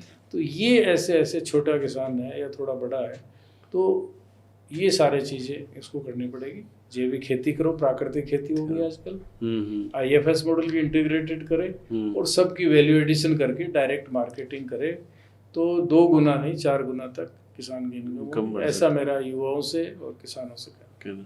मतलब सर, अगर ऑर्गेनिक खेती की बात करें तो ऑर्गेनिक खेती की बोलते हैं कि बहुत महंगी होती है, उसमें बहुत ज़्यादा मतलब 3-4 साल तो लग ही जाते हैं खेत को ऑर्गेनिक करने में, तो वो थोड़ी किसानों के लिए थोड़ी सी वो नहीं होगी प्रॉब्लम उसमें ऑर्गेनिक में चेंज? महंगी नहीं है, वो सस्ती है। अच्छा, हाँ, ये बड़ी मिथ है, ऐसा सुनने में आता है। जैविक खेती के बाद आजकल हमारे प्रधानमंत्री रोज प्राकृतिक खेती की बात करते हैं, और प्राकृतिक खेती होते होते दिल्ली से चलते चलते जयपुर तक आ गई। अभी भी थोड़े दिन पहले कमिश्नर मैडम मेरे फार्म पे आई थी और सेक्रेटरी साहब फार्म पे आए थे अभी 15 दिन पहले। वो भी प्राकृतिक खेती की बात कर रहे हैं। प्राकृतिक खेती के भारत सरकार के काफ़ी योजनाएं आई हैं। एक प्राकृतिक क्लस्टर बन रहा है जो अपने फार्म पे स्टार्ट होगा। हाँ हाँ क्या अंतर है देखिए, हाँ, मैं समझाऊँ आपको। प्राकृतिक खेती और जैविक खेती में अंतर बताता हूँ पहले। हम्म, जैविक खेती वो है जिसके अंदर जैविक जो चीज़ें हैं वो किसान के पास नहीं है तो बाजार से लाकर डाले उसको। डाले, सही बात। और प्राकृतिक खेती में ये है जो किसान के पास खेत में ही सारी चीज़ें उपलब्ध है, बाजार से कुछ भी नहीं नहीं लाना। लाए, अब खुद ही आप ये बनाए। बताइए, 5 मोटे मोटे किसान के खर्चे होते हैं। जुताई, बुआई, निराई गुड़ाई, खाद का, बीज का, बिजली, पानी और लेबर। प्राकृतिक खेती में 90% चीज़ें मेरे फार्म पर ही हैं, मैं बाजार से नहीं लाता। तो आप बताइए महंगी हुई कि सस्ती हुई? और जो केमिकल वाली करते हैं वो हर 7वें दिन कुछ न कुछ लाता है। जैसे अभी मान लो गेहूं का टाइम आएगा या कोई सब्जी हो या किसी का भी, वो जब से लाएगा बिजाई करेगा तब से चालू DAP करेगा, वहाँ से खर्चा स्टार्ट हो जाएगा। फिर उगने के बाद स्प्रे वो निनाण नहीं करेगा, वो उसमें स्प्रे डालेगा ताकि खरपतवार नहीं हो। थोड़े बड़े हुए बढ़वार कम है तो और यूरिया या दूसरी चीज DAP वो लाता रहेगा। फिर थोड़े बड़े हुए कोई बीमारी आ गई, किसी भी तरह का फंगस आएगा, फिर वो जाएगा, फिर लाएगा, फिर स्प्रे करेगा। यानी वो जो फसल कटेगी 90 दिन में या 100 दिन में, या कोई सब्जी है जो 30-40 दिन की जब भी है, तब तक वो हर दूसरे 4-4 दिन कुछ ना कुछ लाए। खर्चा इतने कहाँ से लाएगा? वो बाजार से लाएगा, सही बात। और मेरे यहाँ कुछ भी नहीं डाल रहा हूँ। निराई, गुड़ाई, जुताई ये 50% उससे बैलों से, ऊँटों से, बैल से भी स्टार्ट करेंगे, ऊँटों से भी। और 2 ट्रैक्टर हैं, इमरजेंसी में चारा कट रहा है 2 किलोमीटर दूर, बैलगाड़ी से आएगा, बैल की एक्सरसाइज होगी, 100 रुपये का डीजल बच गया, बिल्कुल पर्यावरण के लिए अच्छा हो गया। नंबर 2 खाद। आज तक मैं तो फार्म स्टार्ट किए 9 साल हो गई, गाय लाए 1 किलो भी कोई खाद नहीं खरीदा। DAP न यूरिया न केचुआ न और दूसरा काय का खर्चा है। सही बात है। कीटनाशक फंगीसाइड नहीं खरीदा। सही बात। क्योंकि 3 ही चीजें काम में लेता हूँ। जैसे खट्टी छाछ वाला बताया मैंने, छाछ का स्प्रे करता हूँ, नीम ऑयल का करता हूँ, जो सरकार भी नीम ऑयल देती है, आज तक मैंने तो नहीं खरीदा। और तीसरा गौमूत्र में आकड़ा, धतूरा, तंबाकू, करंज के पत्ते सड़ा के 15 दिन और उसका स्प्रे बना लेते हैं। इसके अलावा भी 2-3 तरह के और बनते हैं। तो भाई गौमूत्र वहाँ है, आकड़ा, धतूरा, तंबाकू, करंज, अनार के पत्ते, अमरूद के पत्ते सारे फार्म पे काटो और कुट्टी काट के डाल दो। सही बात। तो इसमें पैसा नहीं लगा, गौमूत्र वहाँ है, खाद का वहाँ है, वो पैसा बच गया। नंबर 3 बिजली, पानी। जमीन में मेरे पानी नहीं है, 4.5 करोड़ लीटर वर्षा जल बचाता हूँ और उसके सोलर लगा रखा है, दिन में सोलर से सिंचाई करता हूँ। अब बताओ, देखो फ्री का पानी है, सब कुछ है, लेबर जरूर सवाई लगती है, अच्छा है 4 आदमी को रोजगार ही मिल रहा है, वो भी जरूरी है। तो महंगी यहाँ महंगी है। सही बात है। प्राकृतिक खेती का मतलब है आपका खर्चा 90% खत्म हो गया, और जैविक खेती में 50% खर्चा खत्म। एक बीज और रह गया था बीच में। बीज भी मैं 50% को इमरजेंसी से लाता हूँ, नहीं तो सारा सब अपनी फार्म में होता है। नर्सरी भी छोटी मोटी लगा रखी है, फ्रूट्स के जरूर अच्छे सरकारी नर्सरी लाए तो पैसे कम लगे। तो इस तरह से ये भ्रम है। और एक भ्रम हो रहा है कि पैदावार कम होगी। ये आपने भी पूछा था, नेचुरल है, पहले साल पैदावार कम होगी। तो आप ये देखिए कि मान लो 1 एकड़ के अंदर 10 क्विंटल किसी के गेहूँ होते हैं, 10-20 साल से यूरिया केमिकल की खेती कर रहा है, तो नेचुरल है पहली साल उसके 10 क्विंटल की बजाय 8 क्विंटल होंगे, 2 क्विंटल कम हो गए। वो ऑर्गेनिक कर लिया, 2 क्विंटल कम हो गए, वो जयपुर शहर में मार्केटिंग करे। बहुत से लोग ढूंढ रहे हैं कि जैविक गेहूँ कहाँ मिलेगा। अगर केमिकल के गेहूँ आप मंडी में ले जाते हो, 25 रुपये कुछ पैसे की कीमत है उसकी, फिक्स है। और किसी आदमी को कहते हो कि मेरे यहाँ जैविक गेहूँ है, क्या भाव दोगे? वो 35 से 40 रुपये। हालांकि लोग तो 50-60 भी बेच रहे हैं, लेकिन मैं इसके खिलाफ हूँ, इसका फायदा भी नहीं उठाना चाहिए। लेकिन आप 35 से 40 रुपये बेचो, वो आपकी ईमानदारी की है। सही बात। अब किसान दूसरे केमिकल वाले ने बेचे 25 रुपये, आप बेच रहे हो उसको 35 से 40 रुपये, तो वो जो आपकी इनकम थोड़ी सी ज़्यादा हुई वो 2 क्विंटल में जोड़ दो, आपके बराबर हो। दूसरे साल आपके 8 के बजाय 9 क्विंटल होगा, 1 क्विंटल कम हुआ, आप फिर वही 35-40 बेच दो, आपके थोड़ा सा प्रॉफिट उससे ज़्यादा होगा। और तीसरे साल सरकार भी कहती है, रोका इंस्पेक्शन करती है, तीसरे साल प्रोडक्शन बराबर हो जाएगा। अच्छा। 10 क्विंटल ही होगा। अब देखो आपको लागत, खाद कम लगेगा ऑर्गेनिक में, पानी कम लगेगा, दूसरी और चीज़ें जो बाजार से खरीद के वो नहीं लग रही हैं। तो वो जो 25 रुपये ही तो केमिकल वाला पड़ता है, 25 बेच दिया, कुछ भी नहीं बचता, थोड़ी थोड़ी बचती है। सही बात। ये इसमें उधर बचत हो गई, इधर कॉस्ट ज़्यादा बढ़ गई। तीसरे साल के बाद आपको एक अच्छी इनकम फल, सब्जी, अनाज जो भी आपका उत्पाद है उसमें स्टार्ट हो जाएगी। तो ये बिल्कुल भ्रम है। कम होगा, जैसे मैंने बताया, थोड़ा कम होगा, लेकिन महंगा होगा, ये बिल्कुल कतई। तो सर, जैसे जो किसान अपन खेती करना चाह रहे हैं, जो नए युवा हैं, तो वो जैसे गवर्नमेंट की जो स्कीम है उनको कहाँ से अवेल कर सकते हैं? मतलब कोई इनके KVK से या कैसे, मतलब? नहीं, कहीं जाने की जरूरत नहीं है।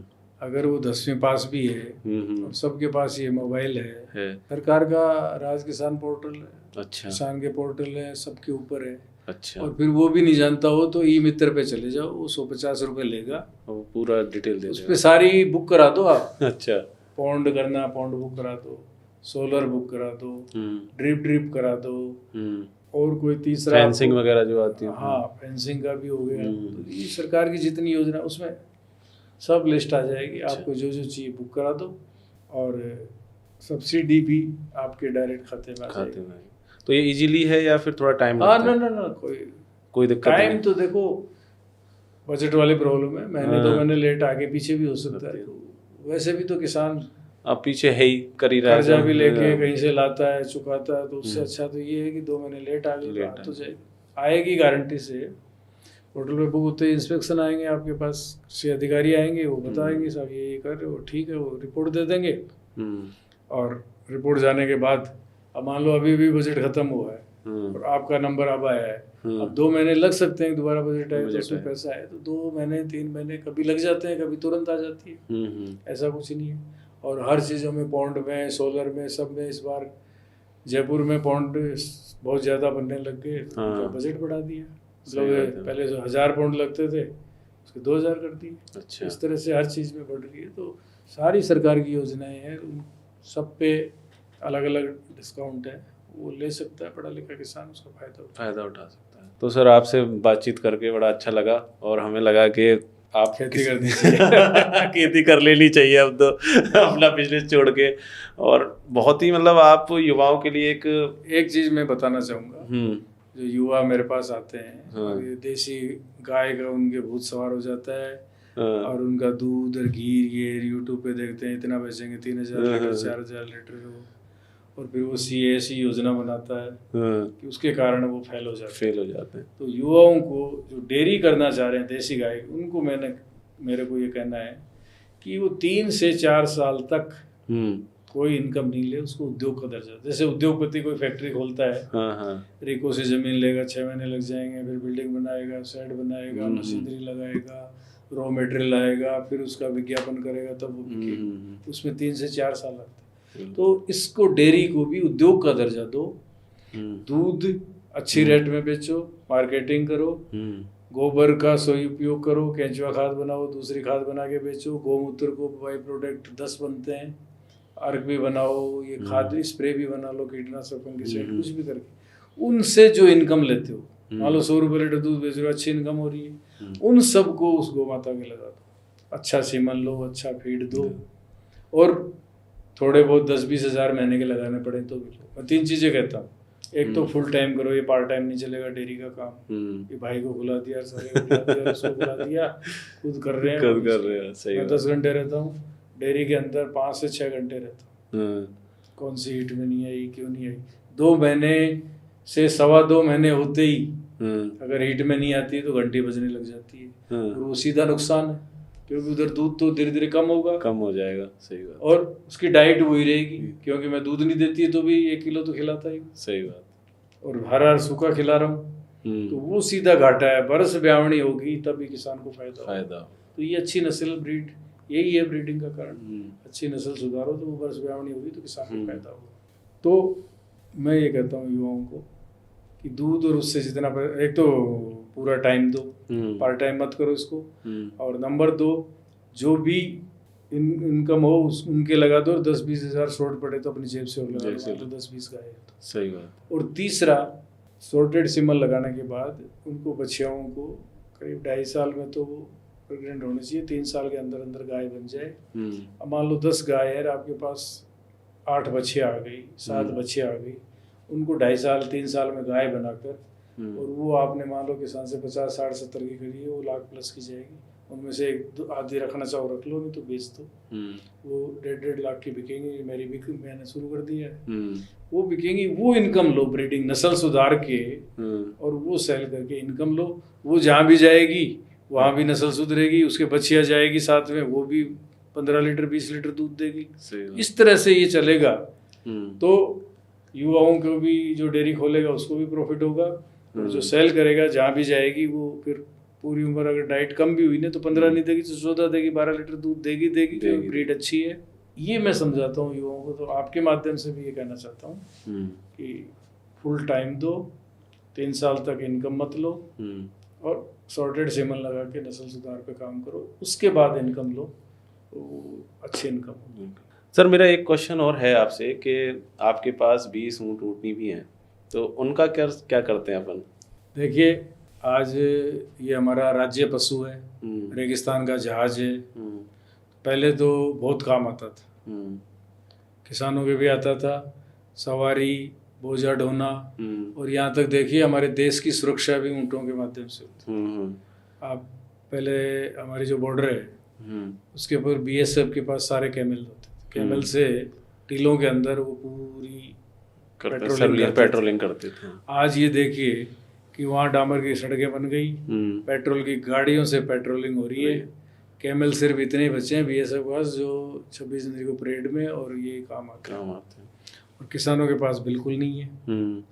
मैं जो 20 ऊँट नहीं रख रहा हूँ उसका पूरा ले रहा हूँ, उससे कोई इनकम नहीं हो रही मेरे, लेकिन उसमें जो खर्चा हो रहा है वो पूरा नो प्रॉफिट नो लॉस में चल रहा है। अच्छा। उससे 2-3 तरह की, जैसे खर्चा, एक तो चराने वाले को 10,000 रुपये महीने के देता हूँ, तो 1,20,000 तो वो हो गए लेबर के।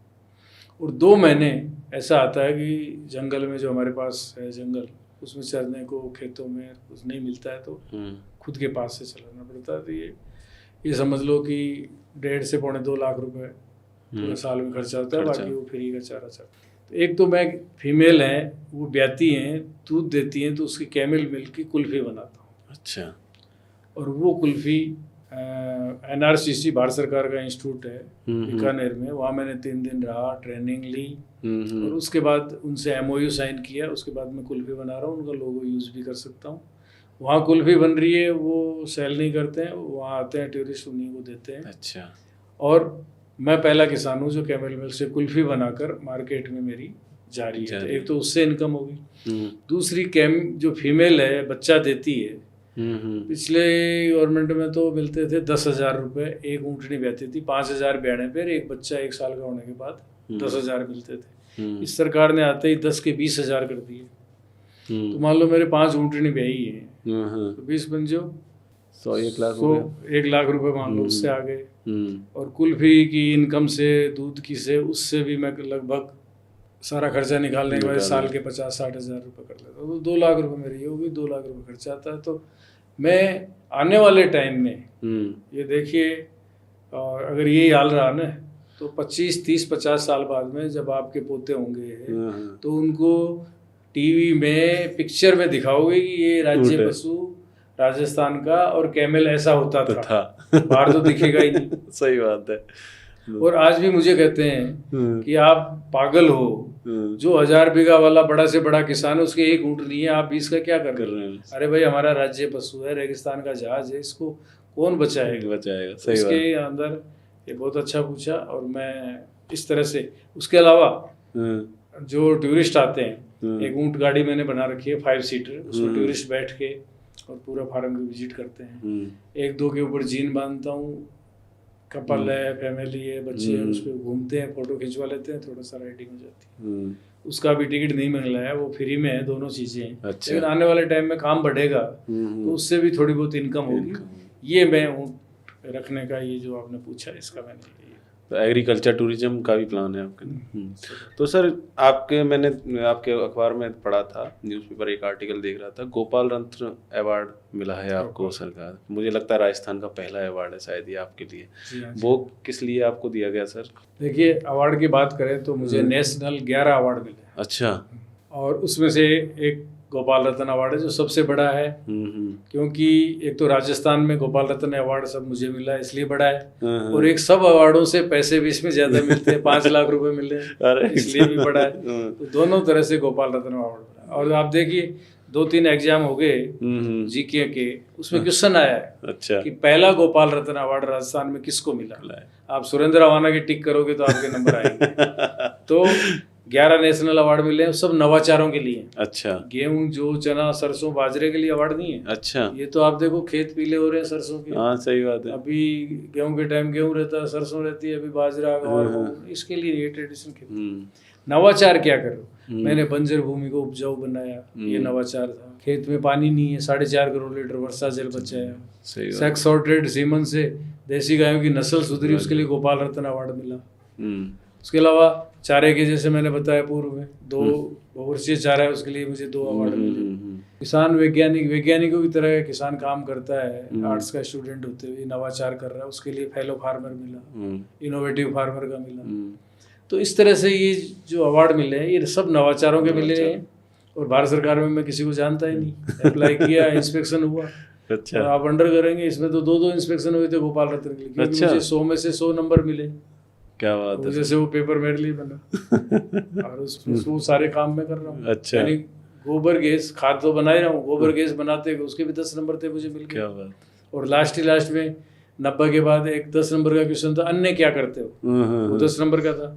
मैंने लिखा कि गायों के शेड से वर्षा जल बचा के उसमें मछली पालन, बतख पालन कर रहा हूँ, और उस पानी से ड्रिप मैनेजमेंट से सिंचाई कर रहा हूँ, उसमें भी 10 के 10 मिले। और दूसरे अवार्ड स्टेट के 4 अवार्ड हैं, 3 सीएम साहब ने दिए, फर्स्ट और एक गवर्नर साहब ने दिए।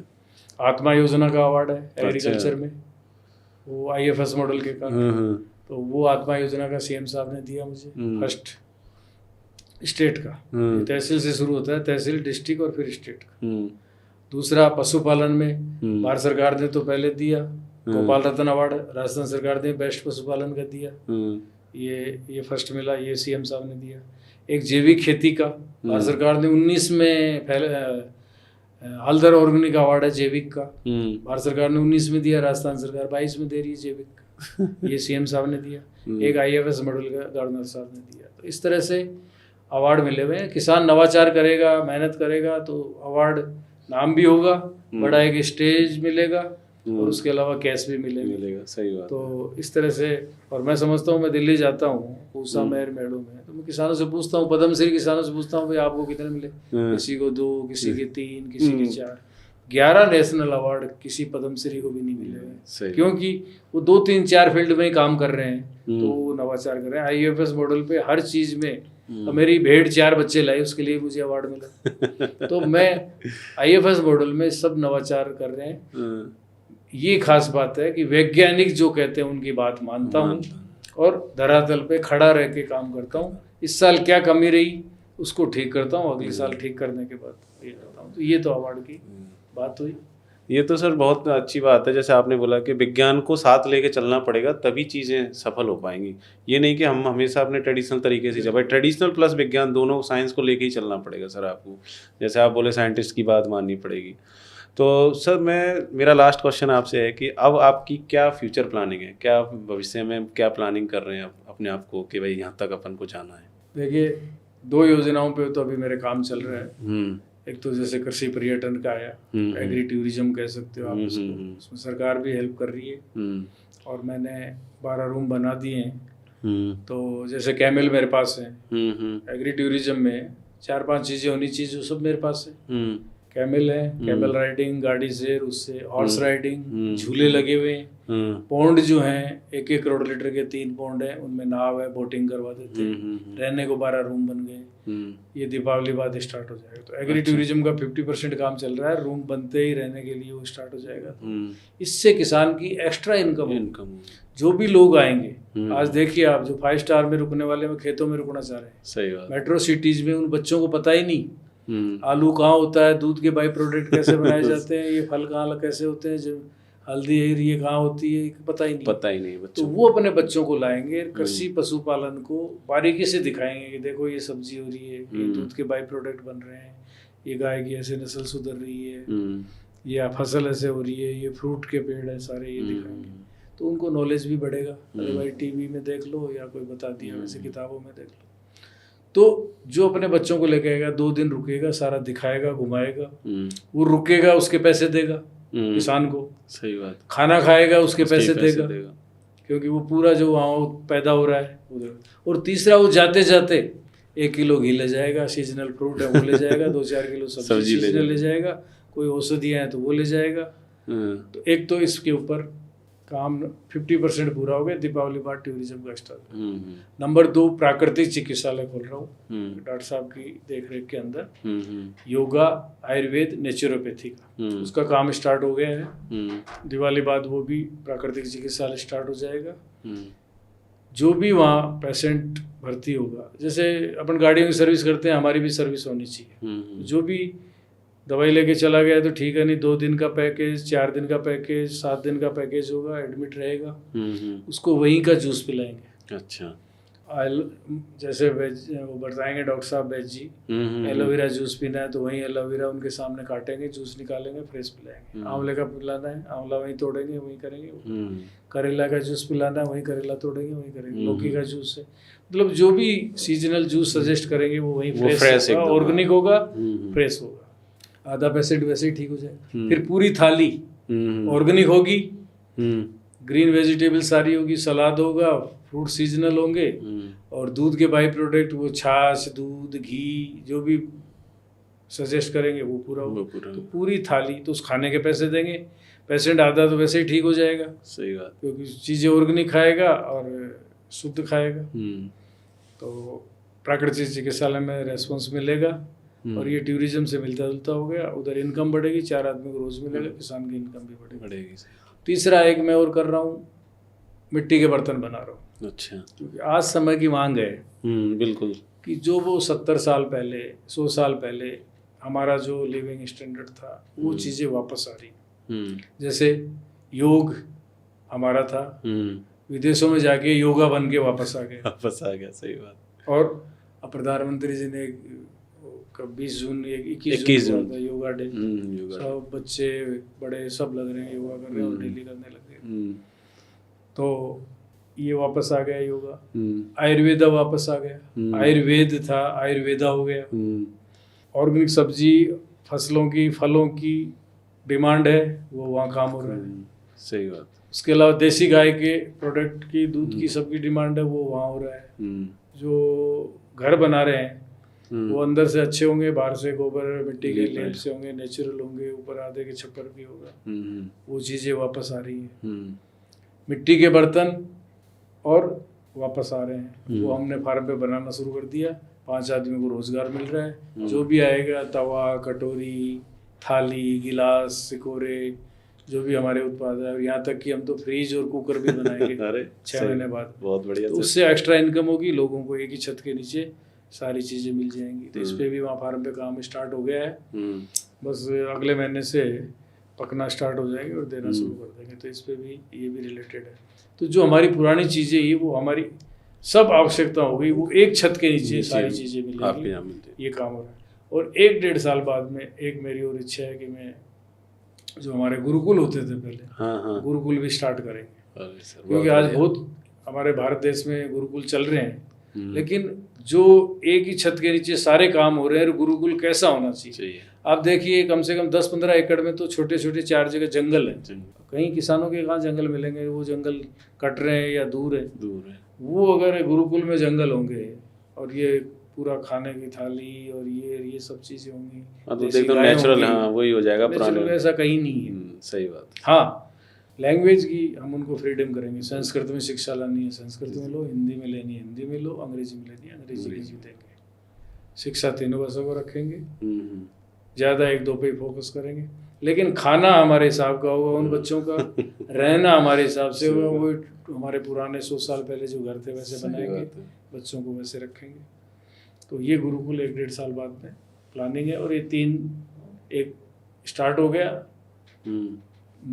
कृषि पर्यटन स्टार्ट करीब हो गया, प्राकृतिक चिकित्सालय और मिट्टी के बर्तन दिवाली बाद स्टार्ट हो जाएंगे। गुरुकुल में टाइम लगेगा। ये मेरी भविष्य की योजना है। तो आने वाले टाइम जिन किसानों के पास 10-20 बीघा है, इनमें से जो अच्छा लगे वो धीरे धीरे स्टार्ट करे, तो इनकी एक एक्स्ट्रा इनकम स्टार्ट बनेगी।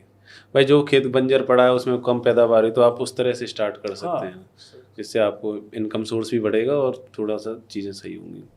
तो सर ने देखो कितनी बढ़िया बात बताई है कि किसानों को जो किसानी कर रहे हैं, खेती कर रहे हैं, उनको उद्योग की तरह खेती करनी चाहिए, उसी में जब ही फ़ायदा होगा। आप ट्रेडिशनल तरीके से जो खेती कर रहे हैं वो मुझे लगता है कि सही नहीं है। और IFS जो सर ने बताया, इंटीग्रेटेड फार्मिंग जो सिस्टम है, उसको अपनाकर अपन को खेती करनी चाहिए। आज सर से इतनी अच्छी बातचीत हुई और सर ने इतना सब कुछ बताया और अपने एक्सपीरियंस, इतने साल का एक्सपीरियंस इन्होंने शेयर किया, और इनका इतना बड़ा फार्म है और आज ये उस फार्म से लाखों नहीं करोड़ों रुपए कमा रहे हैं। और सर हमारे फेमस भी हैं कि ओडी सर के पास है एक ऐसा किसान, ओडी वाला किसान के नाम से सर को जानते हैं लोग, और आज भी सर ओडी में घूमते हैं। तो आप सोचिए कि किसान कहाँ से कहाँ पहुँच सकता है। तो मैं आप लोगों से उम्मीद करता हूँ कि आपको ये पॉडकास्ट बहुत अच्छा लगा होगा और आपसे बहुत अच्छी नॉलेज आपने गेन की होगी। मैं अपने युवा साथियों को स्टार्टअप जो करना चाह रहे हैं उनके लिए भी ये कहना चाहूँगा कि प्लीज़ आप ऐसे लोगों को मेंटोर बनाएं, इनसे शिक्षा लें, इनके पास जाएं, इनके फार्म को विजिट करें और इनसे एजुकेशन प्राप्त करें। और दूसरी चीज़, मैं सर की जितनी भी डिटेल्स हैं, नंबर, मोबाइल नंबर, इनके जितने भी सोशल मीडिया हैंडल्स हैं, उनकी मैं सब लिंक शेयर कर दूंगा आपके डिस्क्रिप्शन में। जिस किसी को सर से डायरेक्टली बात करनी है, कुछ भी इन्फॉर्मेशन चाहिए, आप सर के डायरेक्ट बात कर सकते हैं और इनसे जो भी आपको सीखना या जो भी नॉलेज लेनी है आप ले सकते हैं। तो आप सभी का बहुत बहुत धन्यवाद, आपने ये वीडियो एंड तक देखी, आपका तहे दिल से आभार। और अगर आपको ये वीडियो अच्छी लगी है तो प्लीज़ इसको शेयर करें, लाइक करें और हमारे चैनल को सब्सक्राइब करना ना भूलें। तो सर आपका भी बहुत बहुत धन्यवाद, आप हमारे यहाँ आए इतना कीमती समय निकाल कर, और मैं खुद आपसे इंस्पायर हो चुका हूँ और मुझे भी बहुत अच्छा लगा आपसे मिलके। सर आपका बहुत बहुत धन्यवाद, आप हमारे यहाँ आए। सर आपका भी बहुत बहुत धन्यवाद। राम राम साहब। राम राम साहब।